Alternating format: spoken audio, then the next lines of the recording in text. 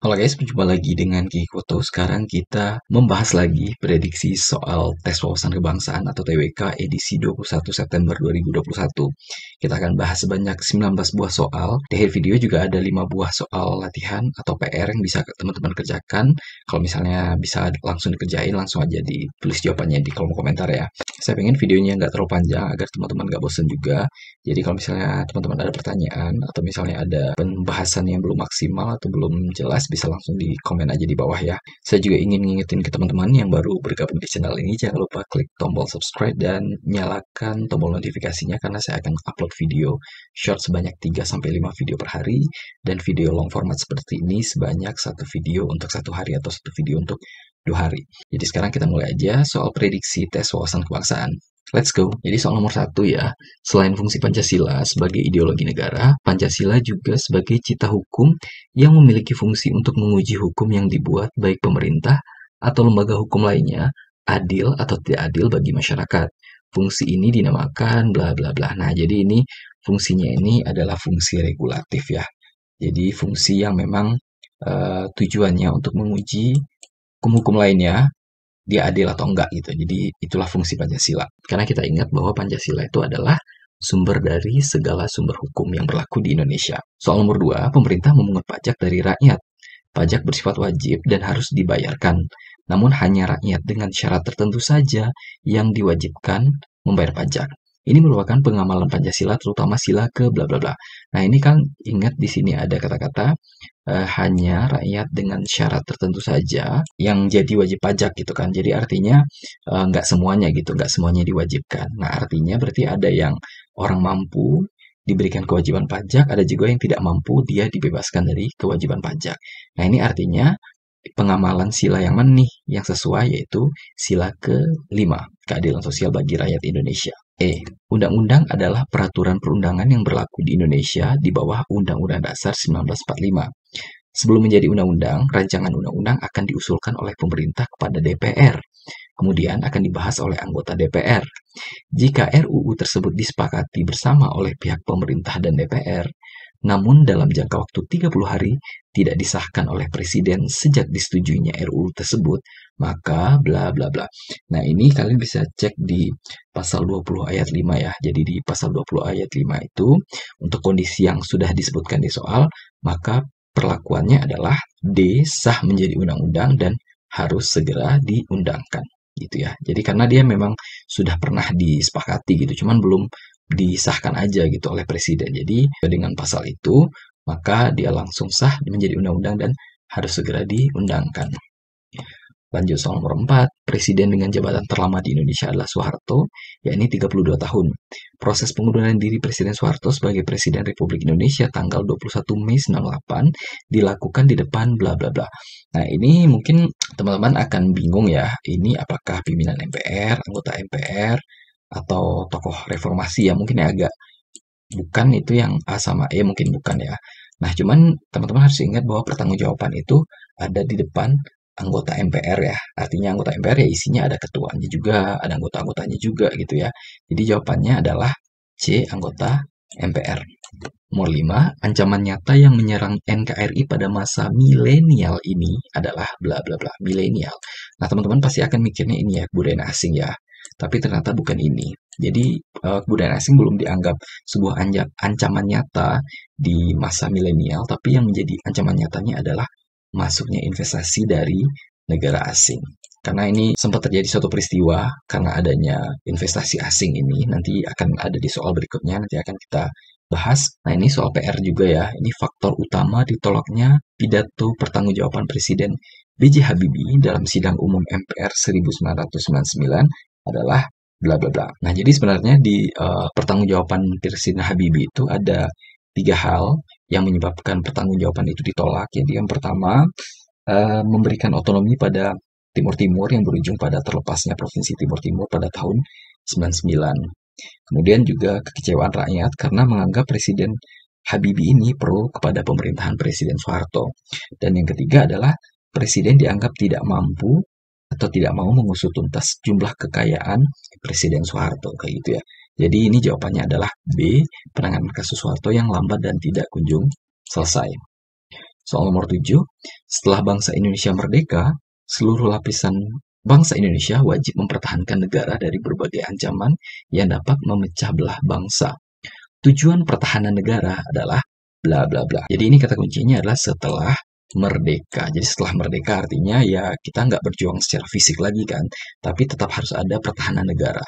Pertahanan negara itu apa? Ya kita mempertahankan kemerdekaan kita itu kan, biar tidak terpecah belah lagi seperti saat sebelum kemerdekaan. Jadi yang paling dekat dengan jawaban ini adalah B, agar NKRI tetap berdaulat, utuh, dan warga negaranya selamat dari segala bentuk ancaman. Nomor 8, Indonesia memiliki identitas nasional yang berbeda dengan negara lain. Sumber-sumber identitas nasional bangsa Indonesia antara lain kecuali bla bla bla. Nah, ini kita mulai dari yang E dulu ya. Ini identitas kita, agama iya, kemudian ideologi. Nah, teks proklamasi ini enggak ya. Kemudian wilayah dan kondisi geografis iya, dasar negara iya. Gitu. Jadi yang bukan, ini kan kecuali, bukan identitas nasional itu adalah teks proklamasi. Nomor 9, alasan yang mendasari peristiwa Malapetaka 15 Januari atau Malari adalah bla bla. Nah, ini seperti yang pernah kita bahas di soal sebelumnya ya. Jadi ini peristiwa tentang protesnya mahasiswa terhadap masuknya modal asing. Ini yang ancaman di era milenial tadi ya. Jadi ini jawabannya A. Nomor 10, perkembangan ilmu pengetahuan dan teknologi membuat manusia mengubah cara kerjanya dari yang semula manual menggunakan kekuatan otot atau tradisional berganti menjadi menggunakan alat atau robot atau mesin. Terjadinya perubahan dalam mata pencaharian dari tradisional menjadi modern disebabkan oleh bla bla bla. Kita dulu orang Indonesia sebelumnya mungkin pertaniannya masih manual, terus juga kayak kerjanya juga dengan kekuatan otot aja kan, masih buruh kasar lah kayak gitu. Terus lama-kelamaan kita menggunakan teknologi, pertanian pun sekarang tidak mengandalkan kerbau atau otot lagi kan, tapi udah pakai mesin gitu. Terus mengolah apapun sekarang udah melibatkan teknologi. Nah, itu tujuannya apa?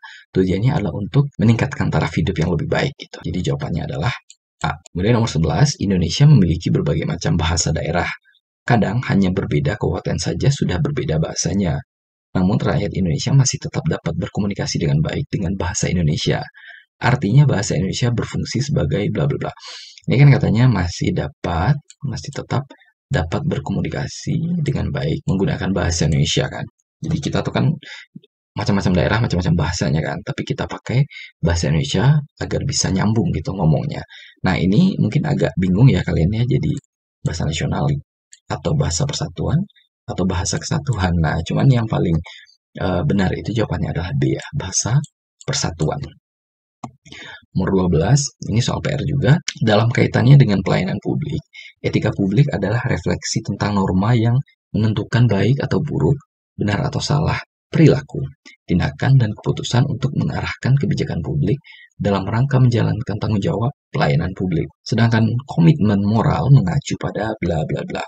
Jadi ada istilah namanya integritas publik, yaitu menuntut para pemimpin dan pejabat publik untuk memiliki komitmen moral dengan mempertimbangkan keseimbangan antara penilaian kelembagaan, dimensi-dimensi pribadi, dan kebijakan di dalam pelayanan publik gitu. Jadi yang D ini itu sebenarnya adalah integritas publik.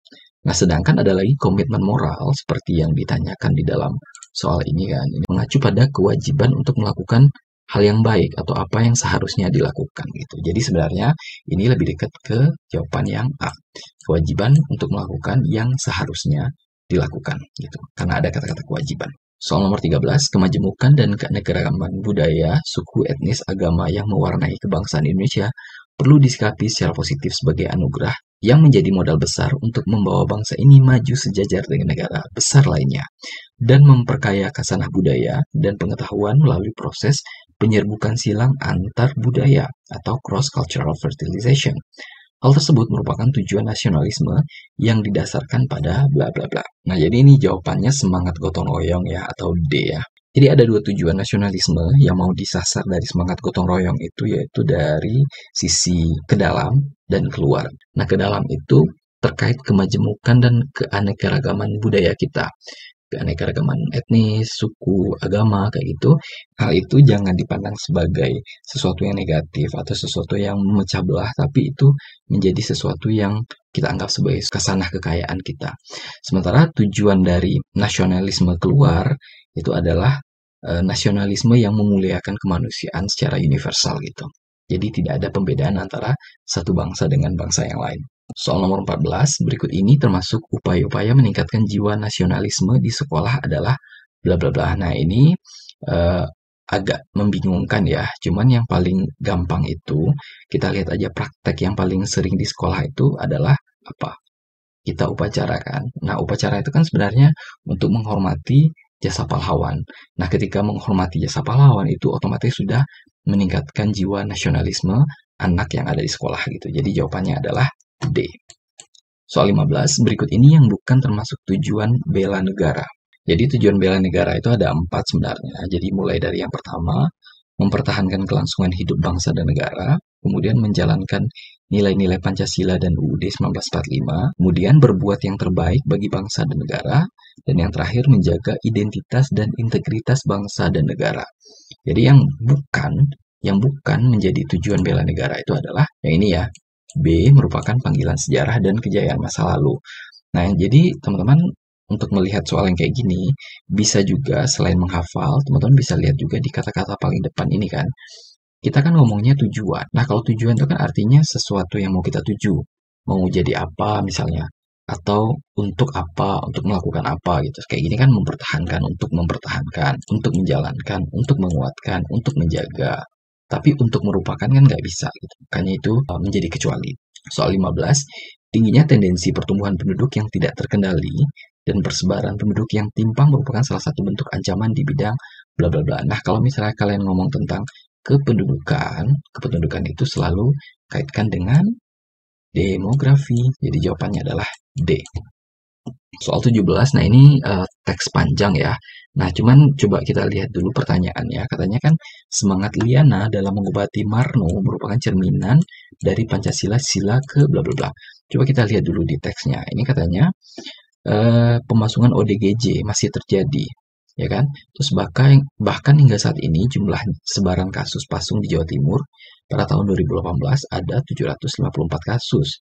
Melihat kehidupan penderitaan gangguan kejiwaan, empati Liana selaku nurse muncul. Ia tak segan membantu bahkan ikut merawat ODGJ yang dipasung oleh keluarganya. Nah, ini kan udah jelas bahwa si Liana ini membantu ODGJ yang dipasung gitu kan. Nah, jadi kita bisa langsung menangkap maksud dari cerita atau konteks ini bahwa sikap si Liana untuk membantu si ODGJ yang dipasung ini adalah cerminan dari sila kedua. Sila kedua yaitu kemanusiaan yang adil dan beradab. B. Soal nomor 18 ini soal bahasa Indonesia ya. Ini coba langsung aja kita lihat di pertanyaannya yang merupakan opini pada paragraf kedua. Artinya berarti kita lihatnya di paragraf 2 aja ya.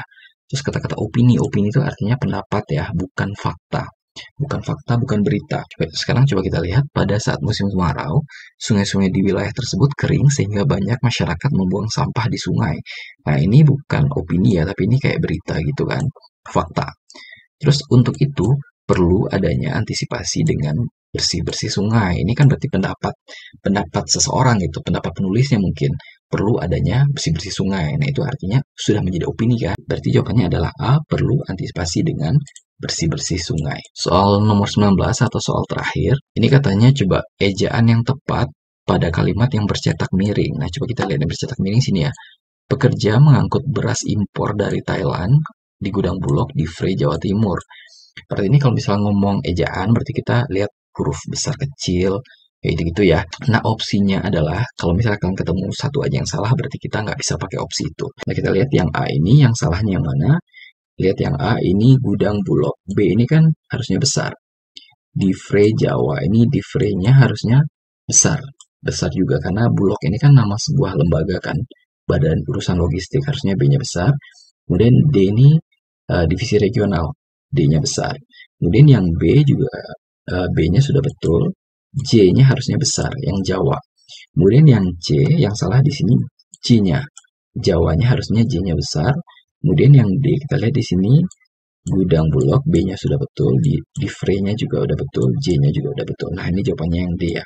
Nah, kalau yang E, kita lihat di sini yang salahnya adalah Bulognya harusnya B-nya besar, kemudian Jawanya J-nya besar, timur, T-nya juga harusnya besar. Nah, sekarang ini ada 5 buah soal latihan buat teman-teman bisa kerjain. Jadi kalau misalnya teman-teman bisa langsung kerjain dan tahu jawabannya, langsung aja komen di bawah. Dan saya akan bahas soal-soal ini di video besok ya. Jadi ini silahkan di screenshot aja soal-soalnya.